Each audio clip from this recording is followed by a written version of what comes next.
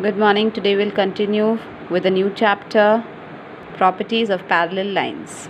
Now the very first thing is what are parallel lines? Parallel lines किसी भी दो ऐसे या दो से ज़्यादा ऐसे लाइंस को बोलेंगे जो कभी भी मीट नहीं करेगा, किसी भी एंड में मीट नहीं करेगा, हमेशा बराबर डिस्टेंस होगा.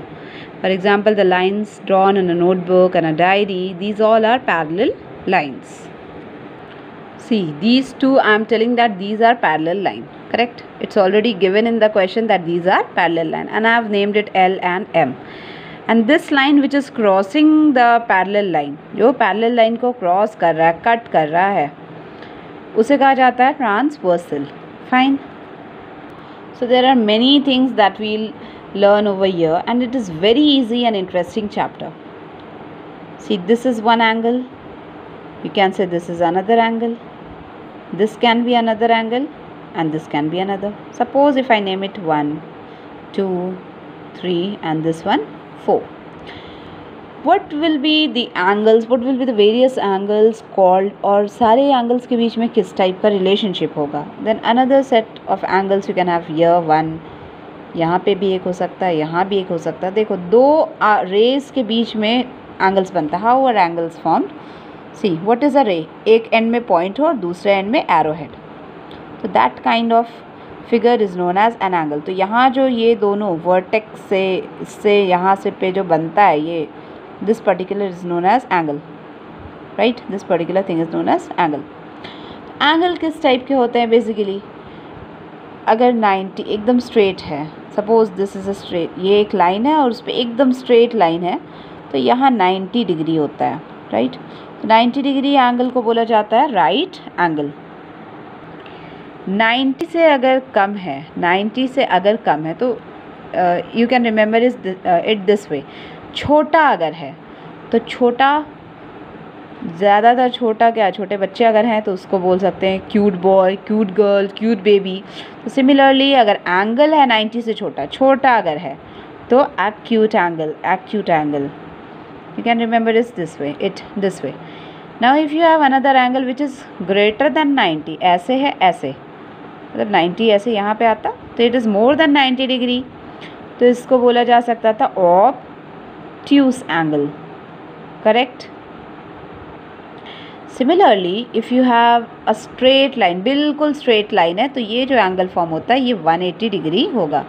स्ट्रेट लाइन ऐसे भी हो सकता है, भले वो स्लैंट हो, लेकिन this is a straight line. यहाँ पे भी 180 डिग्री, और इधर अगर पीछे से काउंट किया जाए तो ये इस साइड से भी ये 180 डिग्री होगा, right? If we are speaking about a complete angle, complete, तो वो क्या हो जाएगा? That is 360 degree. Will discuss this afterwards in more details. Now here what are the relationship between the various angles formed between these two parallel lines, between these and above and below these parallel lines? We can take this 5, then 6, 7, 8. Okay. Now first thing you are going to check for any angle which if added forms 180 degree, बिल्कुल straight line पे हो, तो ये एक straight line है, इस straight line पे ये पूरा एक angle बन रहा है, right? ये जो पूरा एंगल है ये कैसे बनेगा? अगर एंगल 1 और एंगल 2 को ऐड अप कर दिया जाए. दैट मीन्स इस टाइप के जो भी एंगल्स होंगे जहाँ एक स्ट्रेट लाइन बन जाएगा, अगर दो एंगल्स को ऐड कर दिया जाए बिल्कुल स्ट्रेट लाइन बन जाएगा और वो 180 डिग्री अगर आ रहा है, तो that type of angle is known as linear pair. Such relationship is known as linear pair. For example अगर ऐसे लो, इस स्लैंट लाइन को लो, तो एंगल 2 प्लस एंगल 3 भी लीनियर पेयर होगा. अगर इस स्लैंट लाइन को इस वे से लो तो 1 + 4 भी लीनियर पेयर होगा. सिमिलरली इस स्ट्रेट लाइन को, ये जो लाइन है इसको अगर लो तो 3 + 4 भी लीनियर पेयर 180 होगा. Similar will be the case for year 5 और 6 लीनियर पेयर बनाएगा. 5 और 8 जो है ऐसे करके लीनियर पेयर बना रहा है. 6 और 7 भी लीनियर पेयर बना रहा है. 7 और 8 भी लीनियर पेयर बना रहा है. मतलब दो एंगल्स को अगर ऐड कर दिया जाए और बिल्कुल 180 डिग्री अगर आता है, स्ट्रेट लाइन अगर है तो 180 डिग्री आएगा, और उन दोनों को ऐड करने पे जो 180 जो आ रहा है, तो that relationship you are going to called as linear pair. Fine. Another you will have if anywhere if a structure like X is formed.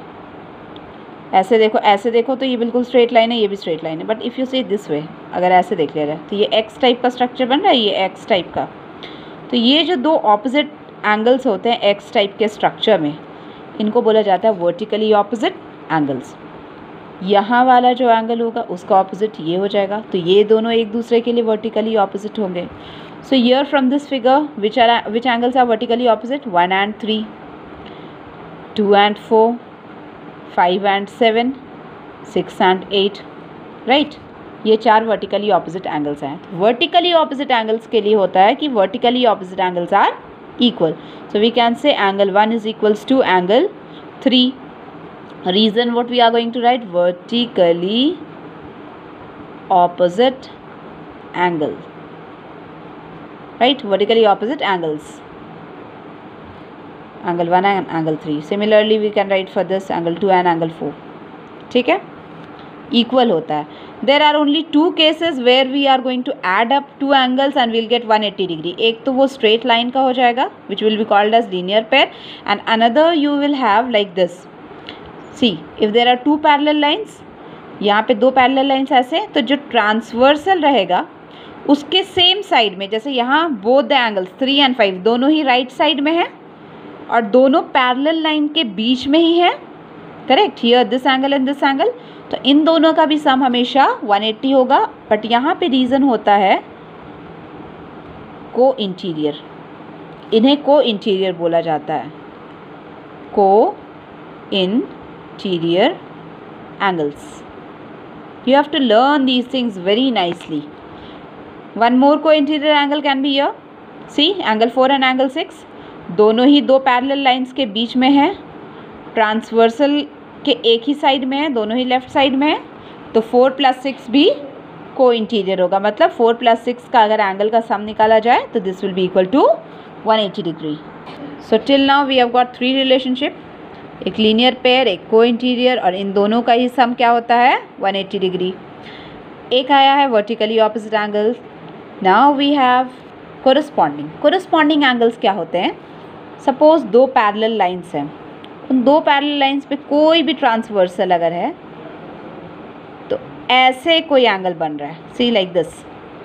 यहाँ सेम साइड में होना चाहिए दोनों ही, दोनों राइट साइड है तो दोनों राइट साइड, दोनों लेफ़्ट साइड है तो दोनों लेफ़्ट साइड होना चाहिए, और ये सेम साइड फेस करना होना चाहिए। फॉर एग्जांपल सी, ये जो एंगल है ये ऊपर के साइड फेस कर रहा है तो ये भी ऊपर के साइड फेस कर रहा है, तो ये दोनों हो जाएंगे corresponding. Another example I can take over here, यहाँ अगर ये कोई एंगल है इस टाइप का तो इसके कोरस्पॉन्डिंग का क्या हो जाएगा? ये,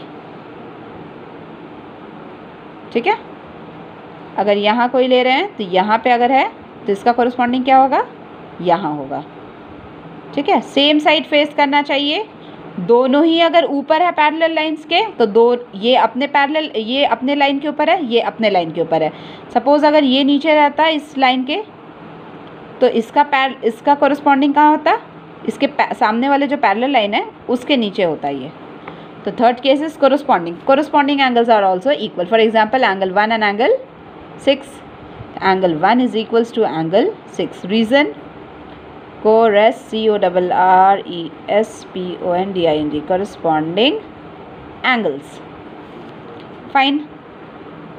Then next we'll have alternate angles. Alternate angles क्या है? Again the same thing, 2 parallel line है, एक में ट्रांसवर्सल, दोनों ही अगर पैरेलल लाइंस के बीच में हो लेकिन ऑपोजिट साइड फेस की हो, एक राइट साइड हो और एक लेफ़्ट साइड हो। फॉर एग्जांपल ये राइट साइड फेस कर रहा है, ये लेफ़्ट साइड है, ट्रांसवर्सल से ही अटैच्ड है दोनों, ये इधर है और वो उधर फेस किया हुआ है, और दोनों ही पैरेलल लाइंस के बीच में है। अगर पैरेलल लाइंस के बीच में है तो ये हो जाएंगी इंटीरियर, ऑपोजिट साइड फेस किए हुए हैं, ऑल्टरनेट एंगल्स। सपोज ये पैरेलल लाइंस के बाहर रहते, एक इधर रहता फेस किया हुआ, तो इस साइड में भी यहाँ पे ये बाहर रहेगा ऑपोजिट साइड फेस किए हुए, तो ये एक्सटीरियर ऑल्टरनेट एंगल्स होंगे, ठीक है। See the relationship over here. Interior alternate angle कौन सा हो सकता है? दिस एंगल 6, और इसके इंटीरियर में कौन हो जाएगा? ये भी पैरेलल लाइन, ये दोनों पैरेलल लाइन के बीच में ही एंगल्स है, और दूसरे साइड फेस किए हुए, ये लेफ्ट साइड ये राइट साइड, तो ये इंटीरियर ऑल्टरनेट एंगल्स हुए। और ये एक्सटीरियर ऑल्टरनेट एंगल्स कौन सा हो जाएगा? जैसे एंगल 2 ले रहे हैं ये राइट साइड फेस किया हुआ है तो लेफ्ट साइड फेस होना चाहिए और पैरेलल लाइन के बाहर होना चाहिए, मतलब ये ऊपर है तो ये नीचे होना चाहिए। 2 and 7। Another relation you can have over here, exterior alternate का 1 and 8। 1 and 5 नहीं होगा, 1 and 8 दोनों ही पैरेलल लाइन के बाहर हैं, right. I suppose these are clear now.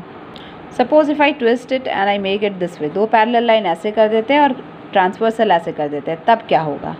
तभी भी सेम चीज़ रहेगा। फॉर एग्जांपल यहाँ और यहाँ कोई एंगल्स बना रहे हैं तो ये दो पैरेलल लाइंस के बीच में बन रहा है, ऑल्टरनेट एंगल हो जाएगा, ये interior alternate angle opposite side face किया हुआ है।